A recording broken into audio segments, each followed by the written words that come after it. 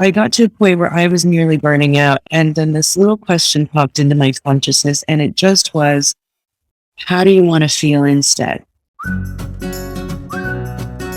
You're listening to the Happy Doc Student Podcast, a podcast dedicated to providing clarity to the often mysterious doctoral process. Do you feel like you're losing your mind? Let me and my guests show you how to put more joy in your journey and graduate with your sanity, health, and relationships intact. I'm your host, Dr. Heather Frederick, and this is episode 80. In today's episode, I welcome Zahra Karsan, who is the founder and CEO of GetZend. She is also the author of the book 6 Weeks to Happy, the ultimate roadmap to retrain your brain for better health, greater abundance, and long-lasting happiness. So to all my listeners, I'm sure you're not surprised to know I'm very excited to have her on today's show. So welcome. Thank you so much for having me, Heather. I'm so appreciative to be here and to get to speak to your audience as well. Well, where I thought we would start today was by you spending just a few minutes sharing your story. Of course. Well, so I'm an author, success coach, and CEO of GetZend. I have a background in neuroscience and positive psychology and mindset coaching, but my story started long before that. I was born in South Africa during apartheid, which I think was it's a very challenging thing to process for any young mind, any young brain, to be exposed to some concepts that you're really just too little to process and to be able to digest and metabolize. Like, when you see discrimination and segregation, these are very difficult concepts to understand at a young age. And so, our little brains make meaning of everything, and we tell ourselves stories of, what this life is and how we belong in this world. And I came across a particular moment that didn't make any sense to me. And I said, what does this mean? And my little subconscious me said, oh, well, I guess I'm not allowed to be there because I'm not good enough. And so that little story ran in my subconscious. I call it my operating system because, we're 5% conscious mind, 95% subconscious. And you guys in your audience is so familiar with all of the, the subconscious processes. The body operates and functions so well on its own. We don't even consciously think of breathing. It all just happens. The organs, the blood flows. It's a beautiful, fascinating thing, the body. But in the subconscious, there is no way at 3 or 4 or even later in life that I would have made that decision for myself, that I'm not enough, that I'm not good enough. And it takes on so many different forms, right? I'm smart enough, pretty enough, interesting enough, all of that. And so as I was going through later in life, in my teenage years, I always knew I was a strong-willed person and that I was going to do well. I had like this inner knowing that I was going to be fine and I was going to have a beautiful life. And I don't know if that's a soul decision or a soul memory or just who I am in my spirit naturally, but I just had this sense that no matter what I came across in life, everything was going to be okay. But this little story ran in my background and I didn't want it to be my story anymore. And so I thought, I just became fascinated with human behavior and I became fascinated with that gap between the really happy people, the ones that have that little sparkle in their eye that seem to know the secret to life, and the ones that are super successful and have this massive vision for their lives and have achieved great, great things. It's, things that most people wouldn't even dare dream of having in their lives. And so I became really fascinated with that gap. Like, what is it within us that either stops us or has us succeed beyond what we think is even possible? And so that became sort of my background, which is why I studied neuroscience and wanted to understand what was the brain doing in all of this? How do we encode memories? What are thoughts and feelings? How is that processed in the brain? What does it do to the body when we're stressed versus happy? And then I studied positive psychology and mindset coaching and consulting because I really wanted to dig into that 95%. They say that Einstein used more of his brain than most of us do. And I said, well, how do I tap into that? So how do I get into that, that little walnut, that 95%? and just pop it open. I just wanted to look inside and see how we can access the best of human potential. And, at some point along in my career, I was a management consultant, and I switched gears and I said, I had learned so much and I had found a way to be happier, healthy, more successful than I ever thought I could be. And I thought, I want to teach this to people, which led me down the path of all of those studies. And now I finally put together a set of tools, which is in the book. It's called the Rewire System. And it's a 6-week program that really retrains the brain, how to move away from that sort of autopilot, that story that's running in the background. And what I discovered in my coaching career was that it's universal. There's, 5 basic fear patterns, we'll call them. Starts with a core belief like the I'm not enough. And there's 4 others that are big and powerful. And then it's attached to patterns of behavior as well. So just mapping out which one belongs to you gives us so much access to unlock that 95%. It's almost like an integration of the subconscious and the conscious. And so that became my life's work. And I decided this is what I wanted to teach people. I wanted to understand all of the science behind it so I could give people the easy tools they could use to do this for themselves. And that's what I put in this book. And your book was such a joy to read. I actually both read it and listened to it on audiobook, which I thought was cool because I got something different out of it listening versus reading it. But what I love is you've got this marriage between peak performance and happiness. And some people may not put those in the same bucket. So I would love to just kind of pick your brain here. Why happiness? What is happiness? How does tapping into our happiness and having a relationship with the different parts of ourself that are related to happiness actually it opens the door to become our greatest selves? Yes. Oh, great question. And okay, so let's start with, how you would define happiness, because it's really not that easy, is it? Like, if somebody said to me, and this kind of what started my journey so many years ago, is somebody turned to me and said, what makes you happy? And I was quite young at the time, and I would have considered myself to be a happy person, but I found it a really difficult question to answer. I suddenly thought, well, is happiness based in the activities that I enjoy? Is it based in the emotions that I feel? Is it based in how physical and energetic my body feels? And, is it a question of stress or peace or gratitude? And I realized it's actually really complex. And so I came to, I started defining what I think it is. So I think happiness includes a state of optimal well-being, because if you're not in a good state of health, if you're in pain, if you have chronic issues, then it's very difficult to find your peace and your balance and to be happy and, to get through your day and be there for your family. So it has to include a state of physical well-being. And then I realized we actually have 4 bodies. And unless the other 3 are also in alignment, so all 4 bodies need to be in alignment, it's very difficult to find your way to happiness. So our 4 bodies are, we have a spiritual or energetic body. And I'll talk about that in terms of spirituality and science and kind of where they meet, because it lands up at the same place, which is really interesting. So if you believe in, God or source in the universe, then, it immediately goes to the world of quantum physics. So we are energy. We are made up of atoms, right? We know now that we are responsive and we can feel we're sensitive to positive and negative energies. When we meet a negative situation or a negative person, we want to repel.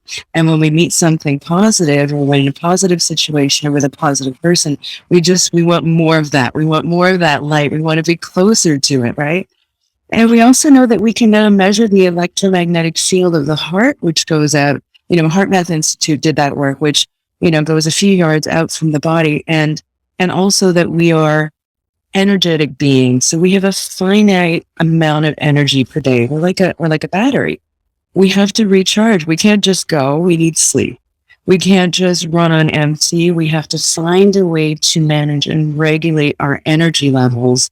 And that's in the world of ego depletion, which is not really ego. It's really about regulating that energy balance. Energy output needs to be less than energy input. So finding those ways to really recharge and feel peaceful and bring your body back to calm is important. And we have our mental body, which is, it's all of our thought processes, almost like that neocortex, that front and center CEO of our brain that's responsible for all our critical thinking, our analysis, our decision making. But when you're faced with something like, some of the heavy negative news we're dealing with today, Roe v. Wade being overturned, or the school shootings, and, these are all very, very difficult processes to digest, and they're very difficult concepts to digest. And so we have to find a way to relieve the mental anguish, because otherwise it translates into physical stress and physical tension in the body, as you well know. And it can lead to chronic illness and all sorts of other things, autoimmune disorders. And so we have the spiritual, the mental, then we have the emotional body, which is, it kind of houses all of our past memories, our significant life events, and all of those big, big emotions, especially the negative ones. And if we don't process those well, it's going to translate into other areas. So if we're not finding an outlet, everyone that's been through a heartbreak, and everyone has, we've either lost a friend or, had a crush on someone when we were 13, or lost a relationship somehow. You can't outrun it. You have to process those emotions at some point, or it takes a toll on you. You can shove those feelings way down, but it's gonna come out and blow up at some point. So we know that we need to process the emotions. And then there's your physical body, which is, your skin and head to the toes and everything in between, your organs and all of that fun stuff. And when we think of the physical body, if we just think of it in terms of nutrition and exercise, it's not enough, because we have so many examples where you could do everything right, and yet we still have health issues. And sometimes those health issues become a life lesson. Like, if I hadn't have had, I have a back injury. If I hadn't have had that back injury, I wouldn't have made that shift in my life. It caused me to change course. And so I think when we look at happiness, we really have to look at all four bodies, and we have to make sure that each one is really being looked after and in alignment. And when you get those right, we can somehow vibrate at the level of happiness. They kind of have to be in harmony, if you will. And that's sort of our, and then our physical body acts like a gauge for how well we're managing the four body system. And if you've got those all in line, in your energetic body, if you're at peace and you are in a moment of gratitude, it's very difficult, for example, to be grateful, feeling blessed, and feeling stressed at the same time. But if you're feeling stressed, then you have physical tension, you have emotional upset, you're exhausted at the end of the day, right? So finding that balance and making sure each of the four bodies is looked after, I think really is the secret to happiness. And that comes from being in an optimal state of well-being, but also having the tools to consciously choose how we want to think, feel, and behave in every moment. And that takes some time to cultivate. What I appreciated so much about the way you tackled this concept in your book, I loved the deep dive into the research, but you talk about happiness and really get into the complexities. I think nowadays there's a whole movement, hey, just be happy, just choose happy.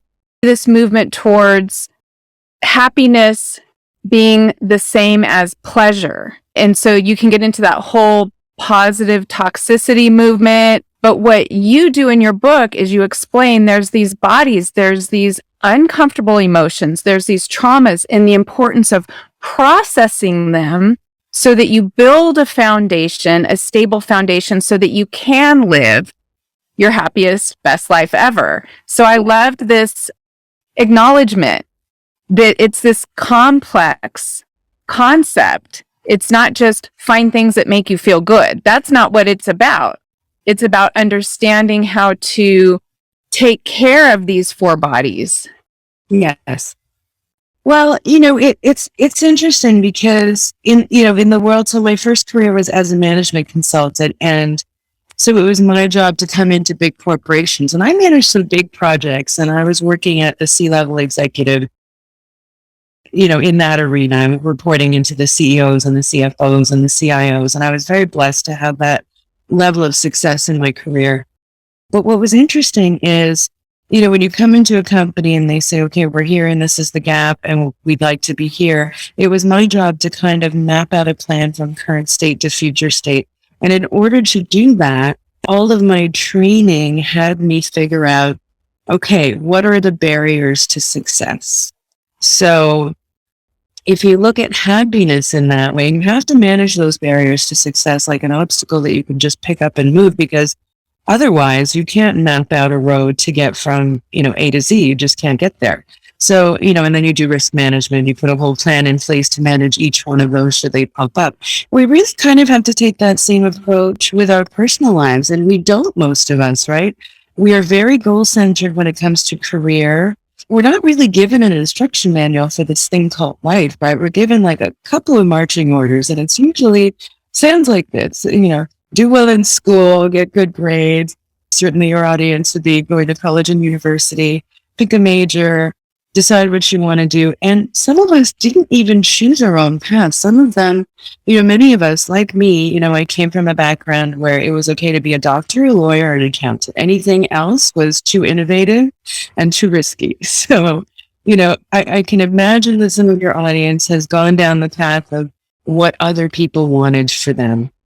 And this is how we look at life. We achieve these little goalposts. So finish school, get good grades, pick a career, get a job, get the family, get the house, get the car. And at some point, happiness will just show up like Amazon delivered it at your doorstep. But that's not realistic, and it doesn't happen that way. So, how do we pull this apart? As a coach in my coaching practice later, I would sit down with my clients, and it was my job to work with them. And I had to get into their model of the world because, I see someone completely put together like yourself stand in front of me and say, I'm here for X, Y, and Z. And my mind would always say, well, how does this person not have what they want in their life? Whether it's better health or greater wealth and abundance or more success in their careers or starting a business. Why aren't they where they want to be? And it was my job to find that gap for them and help them map out a plan. But what I realized is once we started to map out that plan and I had them envision that future state of when they achieved that goal, most of my clients couldn't actually tell me if it would bring them any closer to happiness. Fascinating. It was a huge eye-opener. And so I said, okay, well, why are we carving out this new plan and why are we setting these goals? If you have no idea if it's going to bring you happiness or success, let's dial it back. Let's take a step back. And I decided to put together a little plan, like a needs assessment. So we mapped out, every area in their life wheel. And I said, why don't you go through this exercise? And I'd have it as a free ebook as well, so we could share that with your audience later. I had them sort of map out every area of their life and really start taking, a journal of what are the things they need physically, socially, mentally, emotionally, in terms of love and relationships that make you feel good, because it's not a one-size-fits-all plan. Every single one of us is unique. If you like CrossFit workouts, it doesn't mean that your partner does. If you like taking ice baths, it doesn't mean that your partner or your kids or your parents do. It's really, really personal, right? So you kind of have to map out exactly what you need. And I have a plan so detailed that you get to write down in hours per day or per week how much of that activity you need so that you feel your absolute best, so that you feel your most calm and serene, so that you feel you're more energized, you're most energized and, in your most vibrant body, so that you feel most loved and cherished and adored and supported and safe and connected. And once you map that out, you have a better sense of, oh, wow, I'm not really living to my life's plan. My life currently needs a few tweaks so that I can really reach my peak performance and whatever happy is to me. And so that was really, really eye-opening. So that became my first step before I started working with a client was, please map out this needs assessment. And, it's really about what do you specifically need in order for you to feel your best, to feel like you're living your best life. Because some of us may want 5-star luxury hotels and holidays. And some of us may want to live in an RV and go camping and kayaking. We have such a broad range of personalities, and your life has to be suited to you, to what's going to make you happy. And so that was the first step.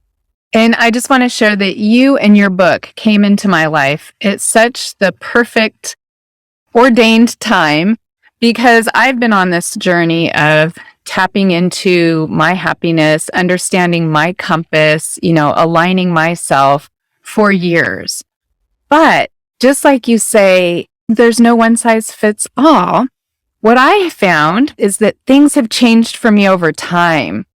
So as I went through your needs assessment, I thought it was interesting. Had I answered this 5 years ago, I would have answered it differently. And so to kind of pause and take stock and say, this is a dynamic, interactive universe that we're operating in here. And what made me happy and fulfilled and excited and what I really valued 5 years ago is different. There's still some core there, but there's a big difference between being a single parent and being an empty nester, for example. I loved, and I'm sure my audience will love, this needs assessment. It doesn't take long to start peeling back the layers. Yes. It's not a quick, it's not a quick thing either, but you just start peeling back those layers. And what I found myself saying was, wow, isn't that interesting? Yeah, it's a tool to really help you develop a sense of awareness about, oh, I thought for years this makes me happy and I really enjoy this. I don't think I'm enjoying paddleboarding anymore, so maybe I don't need to do it. Maybe I can find another activity, or, as a small example. But, and as you say, we evolve over time, right? So our needs change.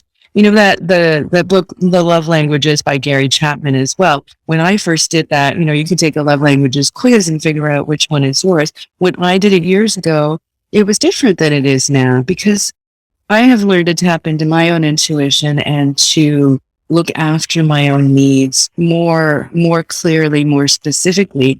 And the thing is, your needs are non-negotiable. So if you're not having them met over time, you're going to start to feel tired, unwell, even chronically ill at some points. We're going to start to feel irritable and cranky in our lives and dissatisfied. And I really think this is where midlife crises comes from. I think when people don't have a clear sense of themselves, they become this entity called we, the relationship, and then we, the family. And if you don't have a really strong sense of who you are and what you need as you evolve over time, but if you don't have a really strong sense of yourself, and then how can you possibly have your needs met? And then most of us are also designing our lives around what we think life should be versus what's really important to us. So these are values. This is a discussion about, if you can tap into your top 3 to 5 values, like, I had a client, for example, that was, she was a high-powered executive, had a beautiful life, had a wonderful relationship with this man. He, at some point, asked her to be in more of a supportive role. She had no idea that she valued autonomy so much that when her independence was taken away from her, because now he was in a financially independent position and she was in a supportive position, she just unraveled. She completely unraveled. She felt like within a year, imagine 35 years of being this awesome person, having this beautiful life, wonderful career, and within 1 year, completely unraveled just because she wasn't living according to one of her top values. And so if that's flexibility or freedom or stability, some people really like routine. But if you're with somebody in a relationship that loves spontaneity, you're always going to be butting heads of finding a way where you both have some balance, where you're both having your values met, your needs met. It's so important. It just makes life so much more exciting and livable. And I think that one thing that happens when you're in a doctoral program is you put the need to be a student above many other needs. And I will have students and faculty say to me, listen, we don't have time for this. We don't have time for meditation. We don't have time for journaling. We need to get this other stuff done. And the beauty, just the golden nugget in your book is, but wait, this is almost the fast pass ticket in Disneyland, right? If you take time, if you invest to do some of these other things like understanding your core values, doing a needs assessment, and ensuring that to the best of your ability, your needs are getting met in a reasonable way, right? Over time, some days maybe you're not going to get as much sleep. there's flexibility there, but big picture, you have a focus on making sure your needs are getting met, then you're more likely to perform and achieve that goal. It sounds counterintuitive. We want you to spend some time doing this when you barely have time to do your schoolwork. But there is something very magical that happens when you spend time and invest in yourself. Yes, I think, when you're in an acute situation like that, like where you're, for 3 or 4 years, I mean, it's very difficult to have a balanced life, but just if you can find a way to develop some self-awareness and use some of these tools whenever you can, it does become super helpful. Look, if you're sleep deprived, you can, I can tell you, for example, that 20 minutes of meditation don't feel like a 2-hour nap. But if you're sleep deprived, the minute you close your eyes, your body's going to say, please sleep. And you're probably going to fall asleep. But even if you got 5 minutes of meditation in before you fell asleep, what it does to the brain is it actually increases gyrification in the brain. It increases your brain's processing power. So you're multiplying your focus and productivity. You're learning key tools on how to manage your energy levels, on how to balance out your emotions. And you're also learning, how your brain works more efficiently just by being in a relaxed state. You're probably retaining more information. So nobody's saying, when you're going through a finite period of time where you have intense focus and you're working towards a goal like that you can get everything done in a day. But if you can just learn a few of these important tools, I promise you, I'm the biggest skeptic and I'm very data-based. I need evidence. I needed science. And so I chose the most powerful and the quickest, most impactful tools because I wanted to give people what I wanted, which is show me something that I can do in 10 to 20 minutes per day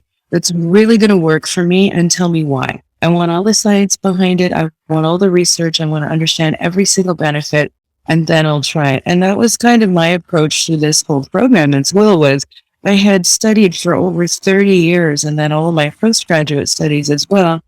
And I finally started to put some of these tools in practice, and it was a game changer. I became more relaxed and yet productive.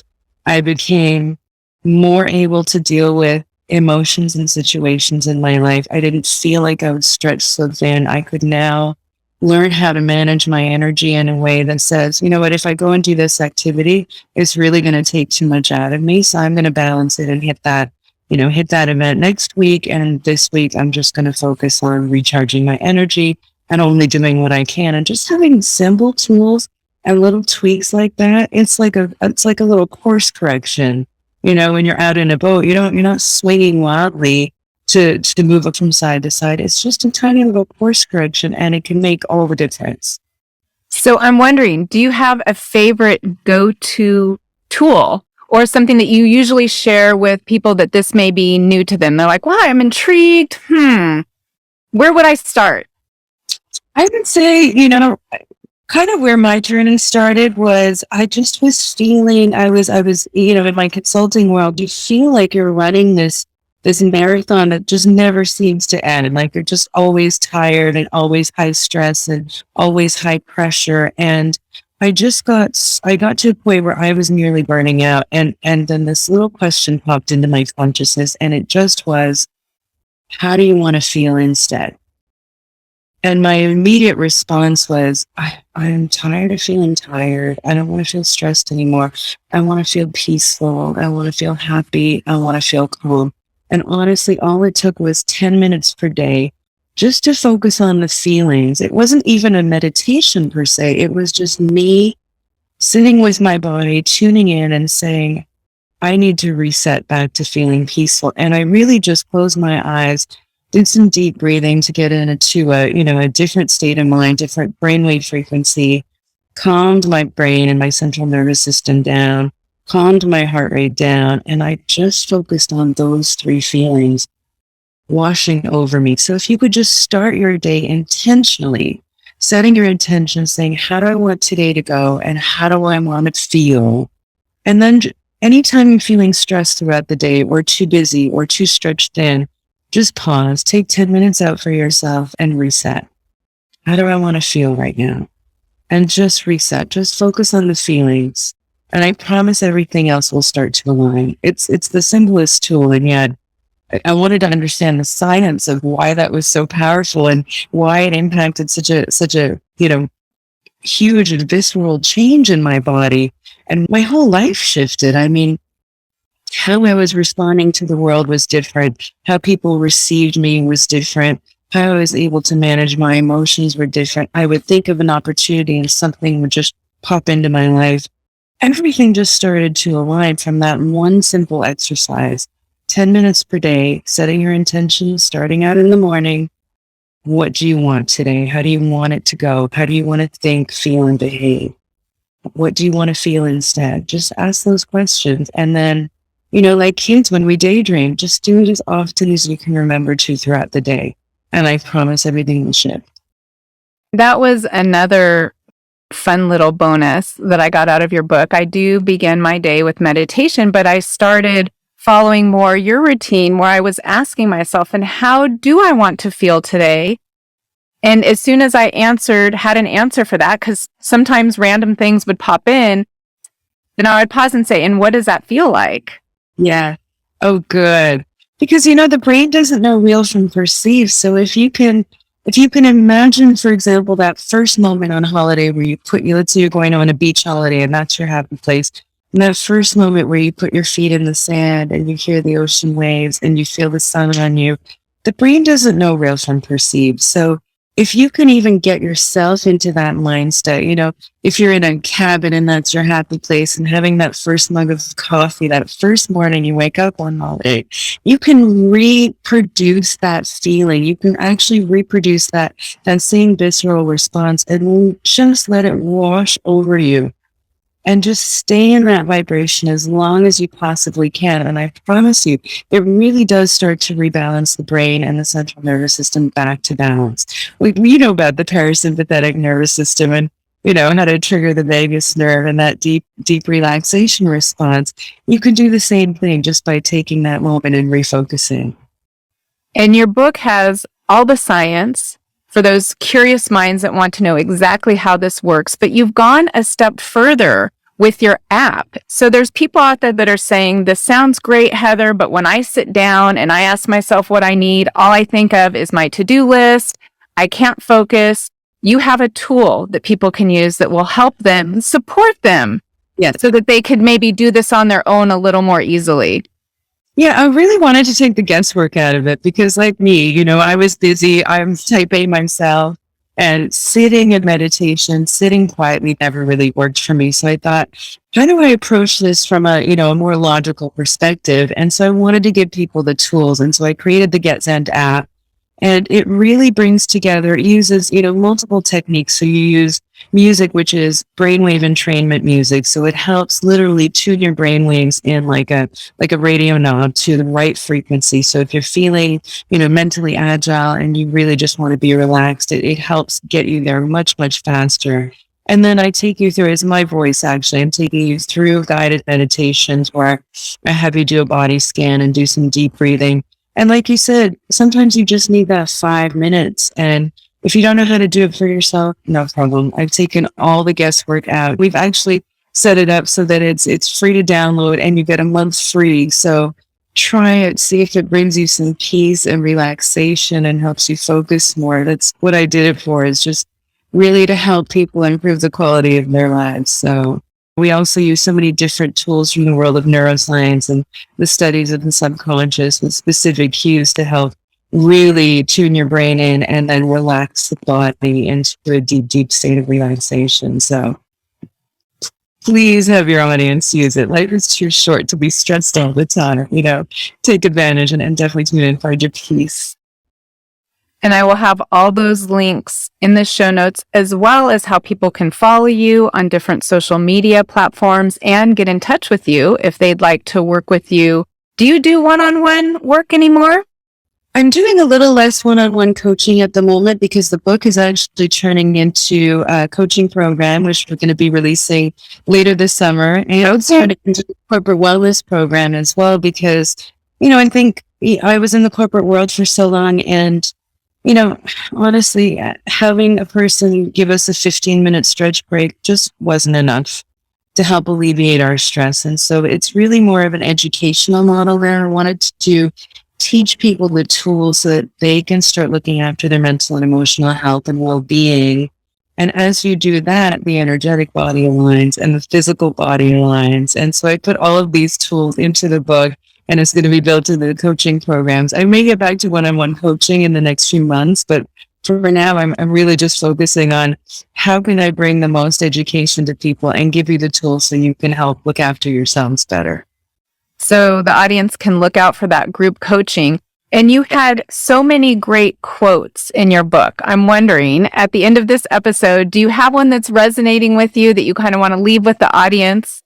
Well, I love the one about, Nikola Tesla said, everything is vibration. All we need to do is really tune into that universal energy and figure out how to raise our vibration so that we're sort of resonating in harmony with what's going on around us. And if you're in harmony and you don't have that resistance, there's less stress, there's less distraction. Everything just seems to feel easier. And I wanted to wake up and just have my life feel easier, like everything was just naturally falling into place. I didn't want to feel like I was racing anymore. So that's probably one of my favorite ones. And that is one of my favorite quotes as well. Really embodying that quote was a game changer for me. So Yes. Thank you for sharing all your words of wisdom. And it was such a pleasure to hang out with you today. Oh, my pleasure. Thank you so much for having me, Heather. And if anyone wants to start their journey, just go to 6weekstohappy.com and get on the road to happiness and success. Don't wait. Thanks so much for listening, and I look forward to connecting with you on the next episode. Until then, if you're looking for more ways to invite joy into your journey, check out the free resources at expandyourhappy.com. You'll find downloads like an article I wrote titled, The Doctoral Journey, 12 Things You Need to Know That They Probably Won't Tell You, and a worksheet that will help you pick a general research area for your dissertation or doctoral project. Based on audience request, there is a PDF that organizes all podcasts by the 7 steps detailed in the Happy Doc Student Handbook, which you can also find on the website. And if you're looking for Happy Doc Student swag, I've got that too. Don't forget to subscribe to the podcast and YouTube channel, and if you want to make my day, rate and review so that together we can change the way graduate education is delivered and experienced. Hey, one more thing. Just a quick reminder that the information, opinions, and recommendations presented in this podcast are for general information only.